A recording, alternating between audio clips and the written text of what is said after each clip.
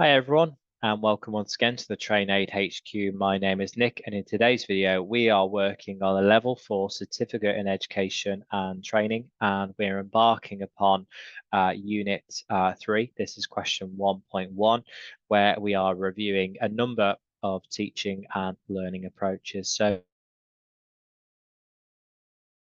you are required to reflect on any 5 teaching and learning approaches that you use within your own teaching specialism. And within this video, I will talk about one of my favorite types of teaching approaches, which is case studies.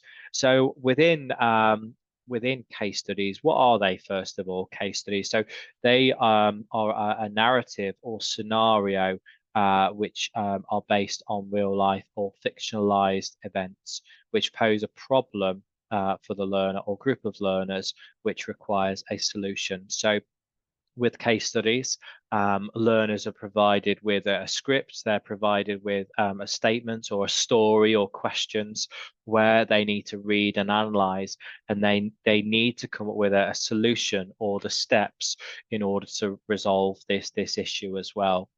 So case studies are once again a kind of a fantastic way of promoting problem solving skills, and they're also transferable as well. So the case studies that are wrote down, they are often transferable. So what the learner is going to perhaps read, and they're going to write their response. They may experience that within their working life, for example. So they're great for promoting real life scenarios, which we'll come on to shortly.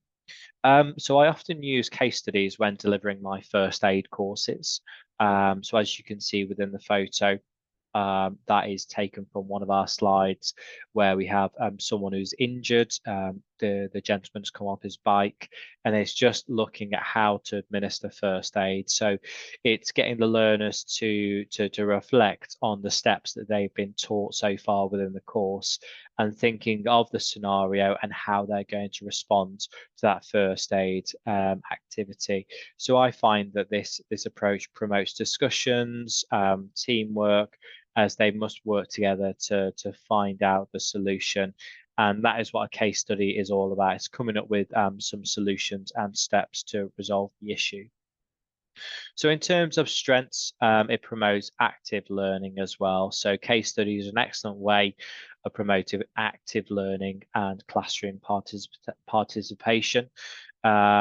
These methods rely on learners reading the scenario and instructions and using their own problem-solving skills to formulate a solution. So yes, I think case studies are fantastic when learners are working within pairs.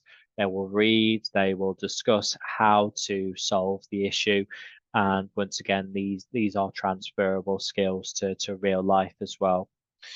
Point number 2, another strength. I think a strength is it makes learning more relevant and engaging. So case studies are an excellent way to bring scenarios to life. These types of activities support learners because skills that they generate within the classroom will transfer to real life, as mentioned as well. But it also gives learners that confidence and reassurance that what they discuss within the classroom, they might say to the partner, is that the right answer? Am I doing the right thing here? And so therefore it gives them that reassurance for when it does happen in real life, they can think back to that case study and think, you know what, those are the correct steps for performing first aid, for example.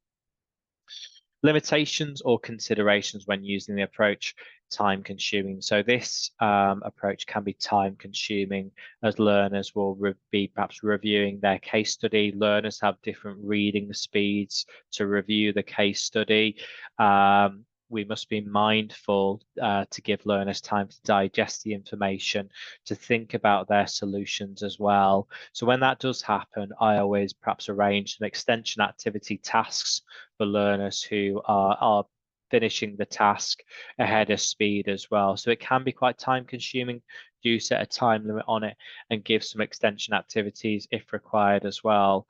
Some learners may personally struggle with a case study. Perhaps some learners prefer to be told exactly the steps on what to do. So when you're teaching, if time is short, it's probably best to go through the answer and solutions, because if you run out of time and you don't get through the activity, the case studies, learners might be confused on what are the actual steps of, for example, performing first aid. So it's vital that you get the answers, you go through them, but you have a summary of the correct steps or answers as well. So it can be lengthy, but just make sure that you finish on time, you go through the correct answers as well there.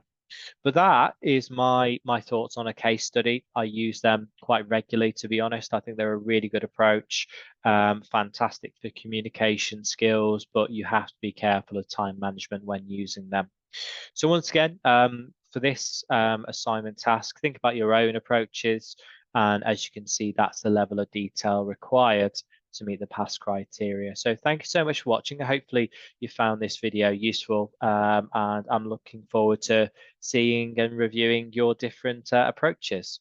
Thank you so much for watching.